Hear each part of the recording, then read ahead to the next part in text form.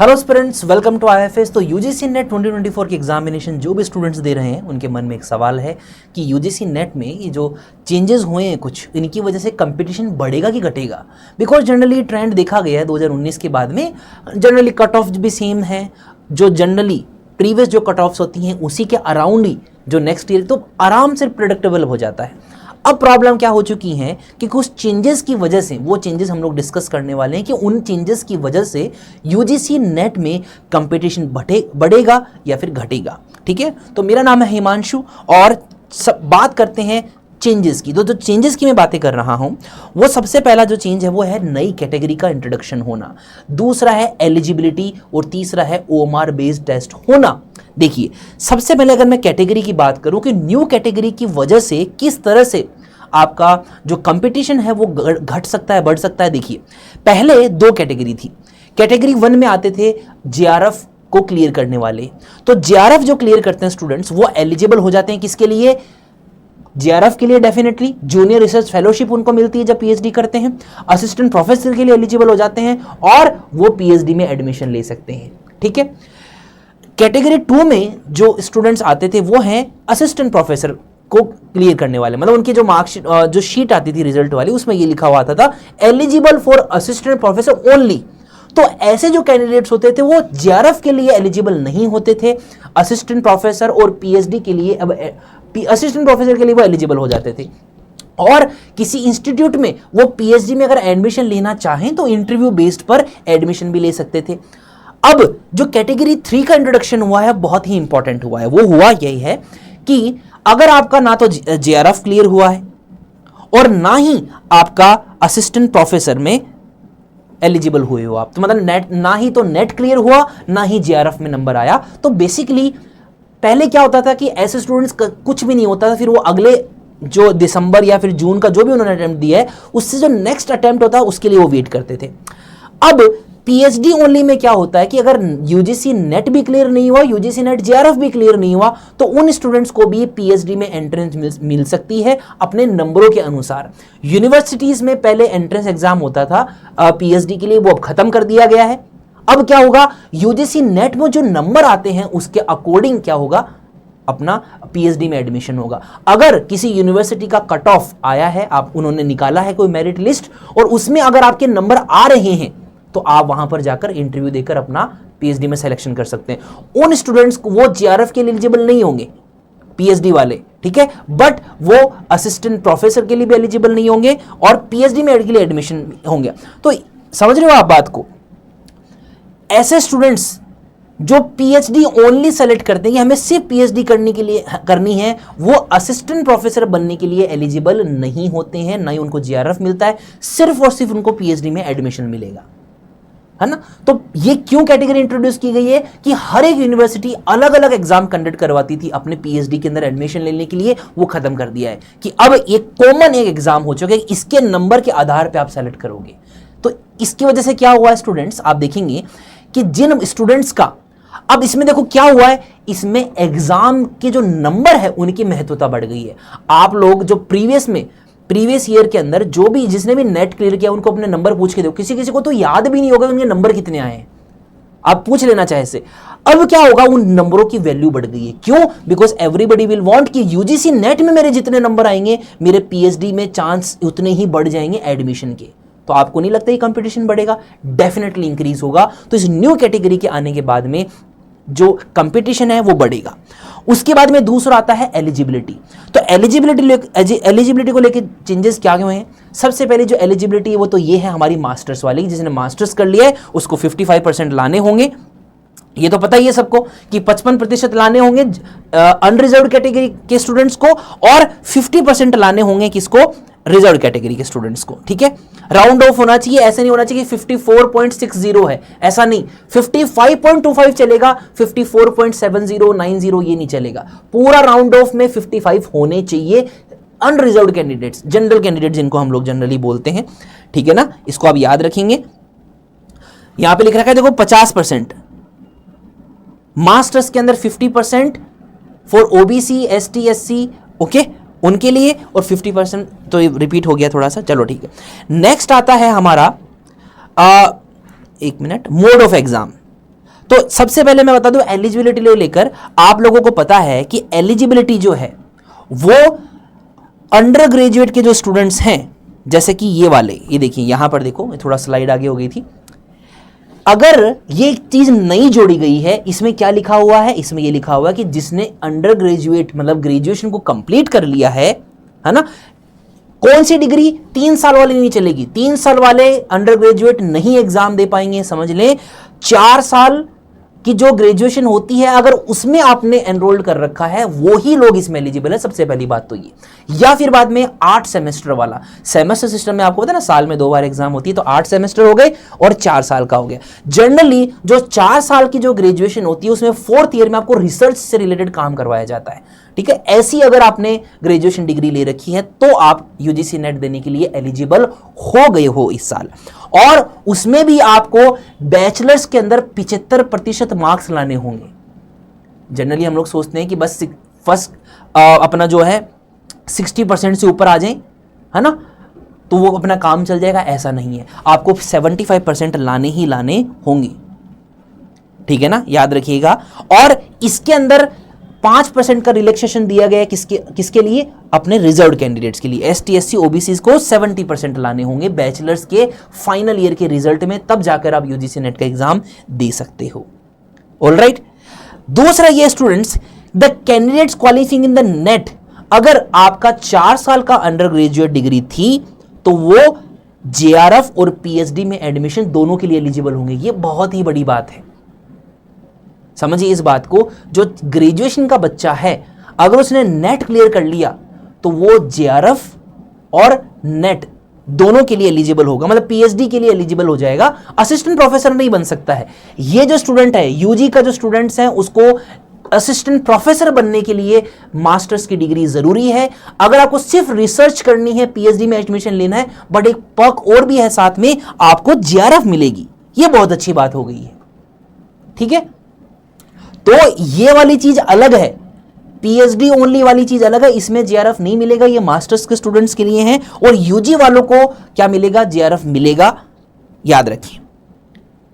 साफ साफ लिखा हुआ है कि जो कैंडिडेट्स 4 ईयर की अंडर ग्रेजुएट डिग्री के हिसाब से नेट को क्लियर करते हैं वो एलिजिबल नहीं होंगे, will not be eligible for assistant professor. नहीं तो क्या होगा, ग्रेजुएशन के तुरंत बाद में असिस्टेंट प्रोफेसर बन जाते, फिर बाद में मास्टर्स करने की जरूरत ही क्या थी, राइट। चलो, अगर ये तो है यूजी कंप्लीट हो गया आपका, अगर आप अपीयरिंग हो, अगर आप अभी भी फाइनल ईयर में हो तो क्या करोगे। फाइनल ईयर के स्टूडेंट्स को ये कह रखा है स्टूडेंट्स कि अगर आप लास्ट ईयर में हो, यानी बीए के 4th ईयर में हो, या फिर 8th सेमेस्टर, अगर सेमेस्टर सिस्टम है तो 8th सेमेस्टर में हो, तो भी आप इस एग्जाम को अप्लाई कर सकते हो, दे सकते हो।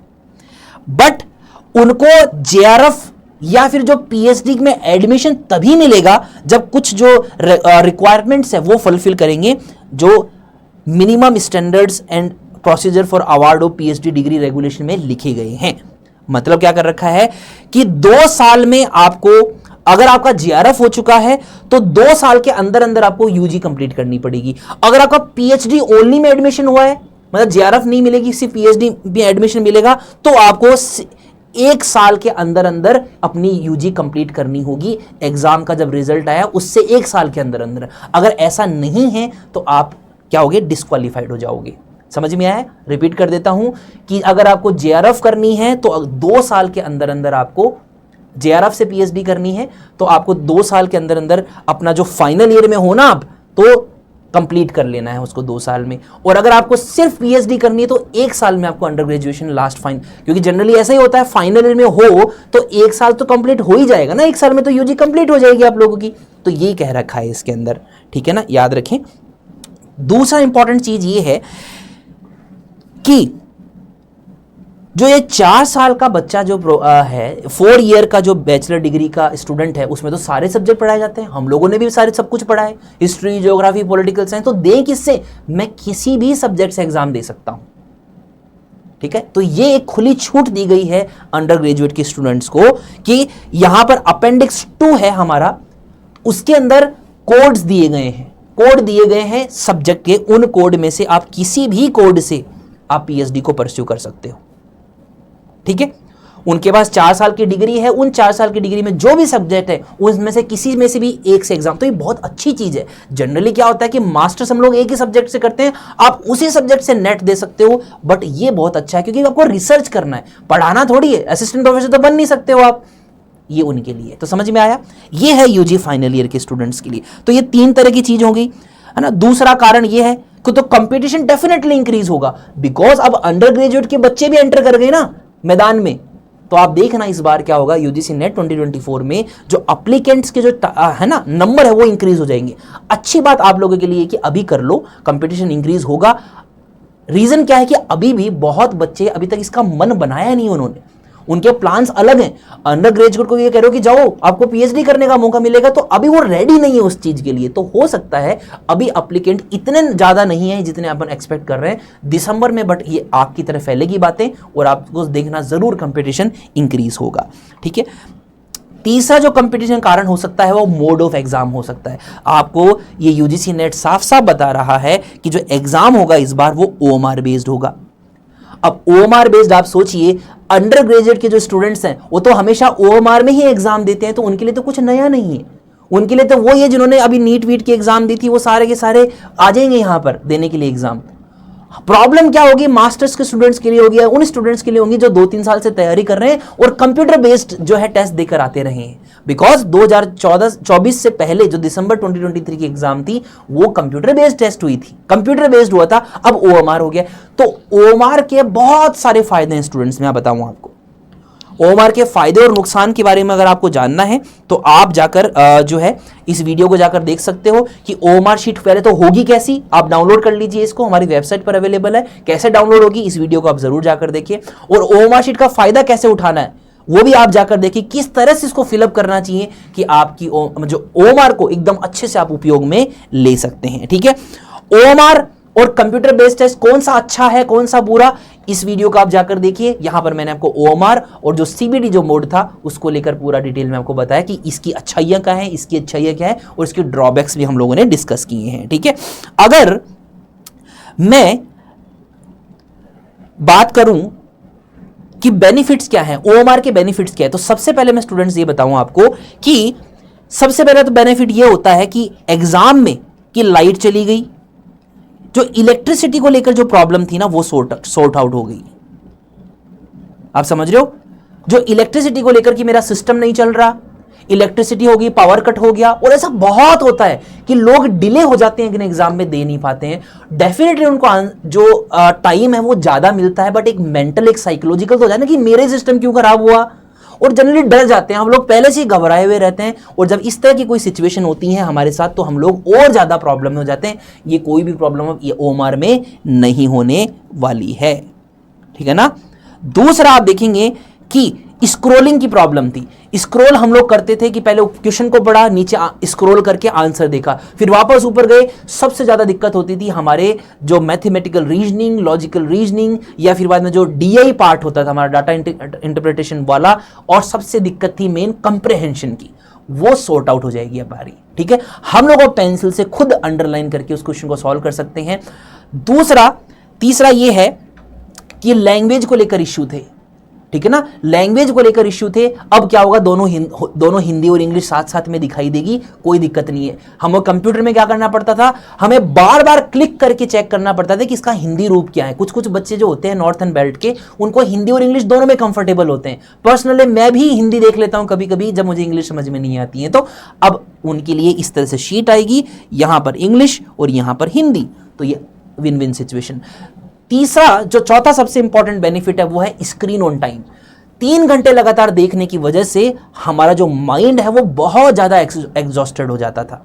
आप एग्री करोगे इस बात में जिसने एग्जाम दिया है।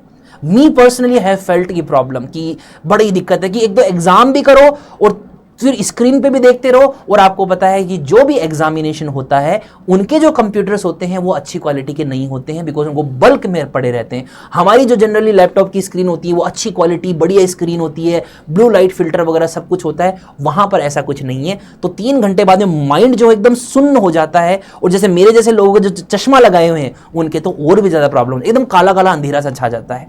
3 घंटे लगातार स्क्रीन में देखना पड़ता है ना, क्योंकि कंपटीशन ही ऐसा है। 180 मिनट मिल रहे रहे हैं सिर्फ 150 क्वेश्चन करने के लिए। आप सोचिए, अगर थोड़ा सा भी ध्यान इधर उधर भटका, ऐसे ऐसे कर लिया तो काम खत्म, क्वेश्चन ही रह जाएंगे।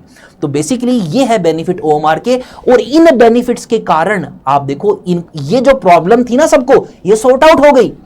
अब सॉर्ट आउट हो गई तो डेफिनेटली कंपटीशन क्या होगा, इंक्रीज होगा, बिकॉज सब लोग अब मन लगाकर एग्जाम देंगे। और किसी किसी के स्क्रोलिंग के चलते, पावर कट्स के चलते, और जो स्क्रीन ऑन टाइम के चलते, लैंग्वेज के चलते जब आंसर गलत हो रहे थे, अब वो बिल्कुल भी नहीं होंगे। तो डेफिनेटली कट ऑफ इस बार ज्यादा जाएगी, तो आप रेडी रहिए उस चीज के लिए, ठीक है ना, याद रखिएगा। अगर मैं स्टैटिस्टिक्स की बात करूं तो 2023 के अंदर, एक मिनट, 2023 में 9,45,872 इतने लोगों ने रजिस्टर किया था। 6,95,928 ने अपीयर किया। क्वालिफाइड कितने हुए, सिर्फ 58,794 क्वालिफाइड हुए थे, ठीक है। अगर मैं पोस्ट वाइज बात करूं तो इतने क्वालिफाइड हुए, इतने क्वालिफाइड हो गए। इनमें से जो असिस्टेंट प्रोफेसर के लिए जो क्वालिफाई हुआ वो हुआ 53,762। ये सारे सब्जेक्ट की बात चल रही है। और जो जीआरएफ के लिए हुए थे, आप देखिए सिर्फ 5,032 जो स्टूडेंट्स हैं वो क्वालिफाई हुए थे। समझ रहे हो। और ये सारे सब्जेक्ट हैं, यूजीसी के 103 सब्जेक्ट हैं। अब आप देख ले, डिवाइड कर लीजिए कितने कितने की कौन से हैं। तो जीआरएफ है कि ये जो आप नंबर देख रहे हो, सिर्फ 6% लोगों को ही असिस्टेंट प्रोफेसर और जीआरएफ के लिए चयनित किया जाता है। ये 6% है। और इन 6% में सिर्फ 1%, आप देख लो, ओनली 1% ऑफ 3,072 5,000 होता है। तो सिर्फ 1% लोगों को ही जीआरएफ मिलता है। और अब ये जो नंबर ये इंक्रीज होने वाला है, तो कंपटीशन भी क्या होगा, इंक्रीज ही होगा डेफिनेटली, ठीक है ना।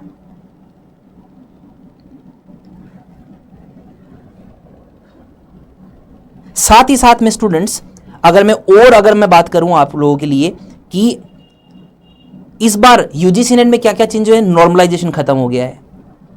पहले क्या होता था, अलग अलग शिफ्ट में एग्जाम होता था, क्योंकि इतना इंफ्रास्ट्रक्चर ही नहीं था, इतने कंप्यूटर कहां से लेकर आएंगे, तो अलग अलग शिफ्ट में एग्जाम होता था। तो हमारे लिए अच्छी बात यह है कि नॉर्मलाइजेशन एंड हो गया है, सबके लिए लेवल प्लेइंग फील्ड हो गया है, किसी को भी एडवांटेज नहीं मिलेगा। एक ही दिन एग्जाम होगा, 16 जून बस, 18 जून बस। सभी के लिए लेवल एग्जाम का सेम होगा, सभी लोग अटेम्प्ट भी आराम से दे पाएंगे, कोई टेक्निकल इश्यूज की प्रॉब्लम नहीं आएगी। और साथ ही साथ में एग्जामिनेशन सेंटर भी आपको पास में मिलेंगे। रीजन ये है कि पहले कंप्यूटर, आपको पता है ना, पहले सेंटर्स में एग्जाम होते थे, अब वो सेंटर तो खत्म हो जाएंगे। अब आपको कोई नियर बाई कॉलेज, स्कूल और है ना, यहां पर आपके एग्जामिनेशन होंगे। ओएमआर शीट के एग्जाम कहीं भी हो सकते हैं, तो आपको एग्जामिनेशन सेंटर भी पास में मिलेगा। तो ये कुछ बेनिफिट्स है इस बार यूजीसी नेट के। तो आप भी तैयारी में जुड़ जाएं, आप भी बन जाइए नेक्स्ट टॉपर यूजीसी अपने नेट के आईएफएस के साथ में, जहां पर आपको फ्री प्राइम क्लासेस अवेलेबल हैं, रिकॉर्डेड क्लासेस हैं, प्रीवियस ईयर क्वेश्चन पेपर्स, हमारे प्रैक्टिस क्वेश्चंस, हमारे यूट्यूब सेशन के फ्री ऑफ कॉस्ट आपको टीचर्स के हमारे हैंडआउट मिलेंगे, latest exam syllabus, pattern, cut off और पेपर का एनालिसिस, मतलब कौन सी यूनिट से कितने क्वेश्चंस आए हैं। जनरली पेपर 1 का जो है वो तो फिक्स रहता है कि 5-5 क्वेश्चंस आते हैं, बट जो पेपर 2 है वो डायनामिक रहता है कि कौन सी यूनिट से हो सकता है किसी यूनिट से सिर्फ 5 क्वेश्चन आए, किसी से 15 क्वेश्चन आ जाए। तो ये जानने के लिए आप इस पे लॉगिन कीजिए। यूजीसी नेट सेट आपके लिए फ्री ऑफ कॉस्ट अवेलेबल है। साथ ही साथ में जो भी आपका सब्जेक्ट है वो चूज कीजिए, उसी से साइन अप कीजिए। वहां पर आपको उसके previous year question papers learn free section में, और साथ ही साथ में पेपर का एनालिसिस अवेलेबल होगा। और अगर आप नेविगेशन में जो भी कुछ भी प्रॉब्लम आ रही है तो आप मुझे कमेंट बॉक्स में पूछ सकते हो कि सर मुझे ये दिक्कत आ रही है। तो पेपर 1 का, जैसे जो दिसंबर में 2024 में बच्चे देने वाले हैं, उनके लिए लाइव और रिकॉर्डेड कोर्स अवेलेबल है। जून के बच्चों के लिए हमारी टेस्ट सीरीज अवेलेबल है पेपर 1 की। साथ ही साथ में पेपर 2 हम लोग क्या क्या ऑफर करते हैं, management, commerce, economics, geography, computer science और इंग्लिश। ये सारे के सारे हमारे रिकॉर्डेड, प्री रिकॉर्डेड लेक्चर्स आपके लिए और टेस्ट सीरीज मौजूद है। तो आप सभी लोग जाइए और इसका लाभ उठाइए। सभी को, आपके जो भी प्रिपरेशन कर रहे हैं भाई बंधु, उनको जरूर बताइए कि आईएफएस के द्वारा ये प्रोवाइड किया जा रहा है। और मैं मिलता हूं आपको नेक्स्ट वीडियो में, तब तक के लिए thank you so much and see you in the next one.